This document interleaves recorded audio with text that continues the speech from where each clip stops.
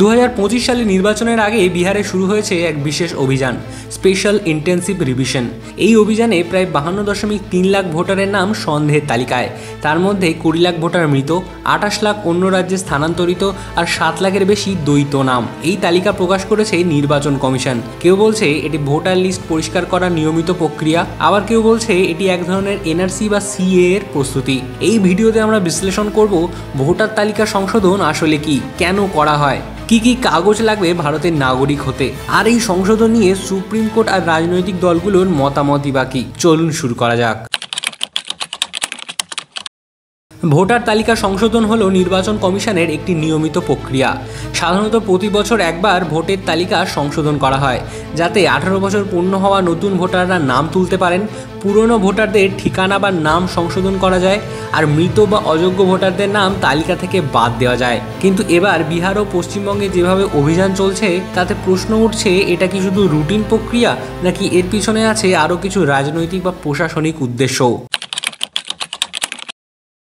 নির্বাচন কমিশনের তরফে বলা হয়েছে এটা একটা ইন্টেন্সিভ ভেরিফিকেশন ড্রাইভ, যেখানে সন্দেহভাজন ভোটারদের বা নতুন ভোটারদের বাড়িতে গিয়ে যাচাই করা হচ্ছে। নির্বাচন কমিশন স্পষ্ট বলেছে, ভোটার তালিকায় নাম তোলার জন্য বা নাম রক্ষা করতে হলে কিছু নির্দিষ্ট কাগজপত্র ও ফর্ম জমা দিতে হবে। প্রয়োজনীয় ডকুমেন্টগুলি হলো আপনার ভোটাধিকার প্রমাণের জন্য এপিক বা ভোটার কার্ড, পরিচয় বা ঠিকানার সংযুক্তির জন্য আধার কার্ড, বাসস্থানের প্রমাণের জন্য রেশন কার্ড, ঠিকানার সমর্থন প্রমাণপত্র হিসেবে বিদ্যুৎ বিল, গ্যাস বিল বা ব্যাংক স্টেটমেন্ট, আর বয়সের সঠিক প্রমাণের জন্য জন্ম শংসাপত্র বা স্কুল সার্টিফিকেট। যে ফর্মগুলোর প্রয়োজন হতে পারে সেগুলি হলো নতুন ভোটার হিসেবে নাম তোলার জন্য ফর্ম 6, কারণ নাম বাতিলের আবেদন করার জন্য ফর্ম 7, নিজের নাম ঠিকানা সংশোধনের জন্য ফর্ম 8 আর প্রবাসী ভারতীয়দের জন্য ফর্ম 6A। ভোটের তালিকা সংশোধন ইস্যু পৌঁছে গেছে সুপ্রিম কোর্টেও।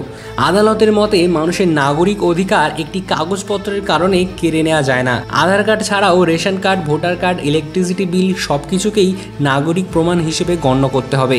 বিচারপতি সঞ্জীব খান্না ও দীপঙ্কর দত্তের বেঞ্চে স্পষ্ট বলা হয়েছে, শুধুমাত্র তালিকা সংশোধনের জন্য নাগরিকদের পরিচয় যাচাই করা হচ্ছে। এ থেকে কেউ নাগরিক বা অনাগরিক হয়ে যান না। আদালতের ভাষায়, যদি কেউ তালিকায় নাও থাকেন তার মানে এই নয় যে তিনি ভারতীয় নন। এভাবে নাগরিকত্ব নির্ধারণ করা যায় না। এছাড়া ভোটার তালিকা নিয়ে কেন্দ্র বা নির্বাচন কমিশন যদি কোনো নিয়ম লঙ্ঘন করে তাহলে সেটা নিয়ে পৃথকভাবে আইনি পদক্ষেপ করা যেতে পারে বলেও সুপ্রিম কোর্ট জানিয়েছে।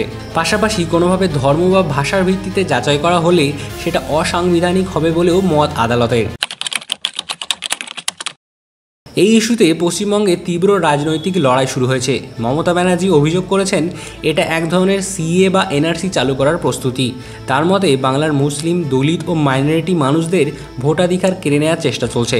অন্যদিকে শুভেন্দু অধিকারী বলেছেন এটা নির্বাচন কমিশনের নিয়মিত ও স্বচ্ছ প্রক্রিয়া, যার সঙ্গে বিজেপির কোনো সম্পর্ক নেই। তবে অন্য অংশের বিশ্লেষকরা বলেছেন অনেক ক্ষেত্রেই অবৈধভাবে সীমান্ত পেরিয়ে আসা ব্যক্তিরা নথিপত্র জোগাড় করে নাগরিকত্ব দাবি করেন, যেটা রাষ্ট্রের নিরাপত্তার জন্য একটি উদ্বেগজনক বিষয়। এই পরিপ্রেক্ষিতে ভোটার তালিকা যাচাই একটি স্বাভাবিক প্রশাসনিক পদক্ষেপ বলেও কেউ কেউ মত দিচ্ছেন। ভোটার তালিকা থেকে নাম বাদ যাওয়া কেবলমাত্র একটি ব্যক্তির ভোটাধিকার হরণ নয়, এর পিছনে লুকিয়ে থাকতে পারে বৃহত্তর বিপদ। এই মুহূর্তে বিহার ও পশ্চিমবঙ্গে একাধিক সীমান্তবর্তী জেলা রয়েছে যেখানে বাংলাদেশ থেকে অবৈধ অনুপ্রবেশ নিয়মিত ঘটনা হয়ে দাঁড়িয়েছে। নাগরিকত্ব, ভোটাধিকার, এই দুটি শব্দ শুধু কাগজে লেখা নয়, এটা প্রতিটা মানুষের অস্তিত্বের প্রশ্ন। এটা কোনো একক রাজ্যের সমস্যা নয়, এটি একটি জাতীয় নিরাপত্তা ও গণতান্ত্রিক কাঠামোর প্রশ্ন।